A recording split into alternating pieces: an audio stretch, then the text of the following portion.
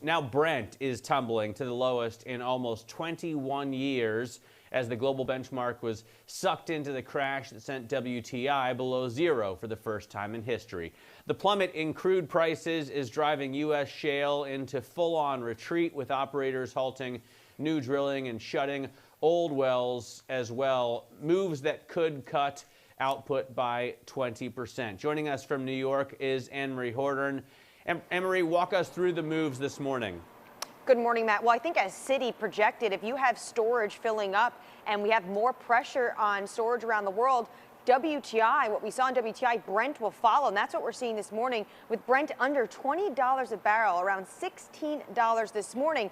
And storage is filling up, and we've had some new details on that. One person talking to us saying the commercial onshore storage in the United States has relatively pretty much been booked since February.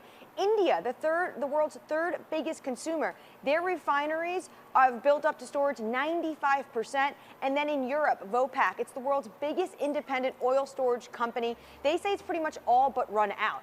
And the worry here is that it's just going to get worse because we have the pandemic impact, which means cities are still in lockdown, no one's taking flights, less and less people are on the road, and demand is not picking up. I spoke to Pierre Onderon yesterday, Matt. He's a renowned oil trader. He runs a hedge fund, which is up 65% in March. So his bearish bets are handsomely paying off. And he says there won't be any rebalancing in this market until we have large shut-ins. And he said we can see negative prices again.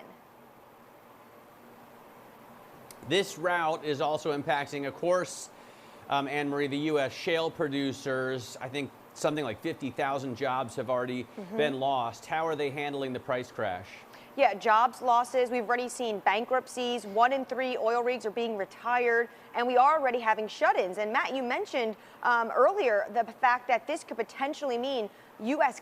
cutting output by 20%. So this is really seismic for shale. It's an absolute bloodbath for shale. One thing we thought we'd potentially see yesterday was a decision from the Texas Railroad Commissioner, the regulator of the oil industry in Texas, but they're putting that down the road for May 5th. I asked the commissioner, Ryan Sinton, who wanted to go ahead with the vote. I said, I'm looking at these contracts. We had negative oil prices, historic. What is it going to take for Texas to move on with this? They're mandated to make sure they protect oil in the state and it doesn't go to waste. There seems to be some legal concerns, and they want to join up with potentially other producers like Canada, like Mexico. But people are watching now the Texas Railroad Commission like they're watching an OPEC meeting, Matt.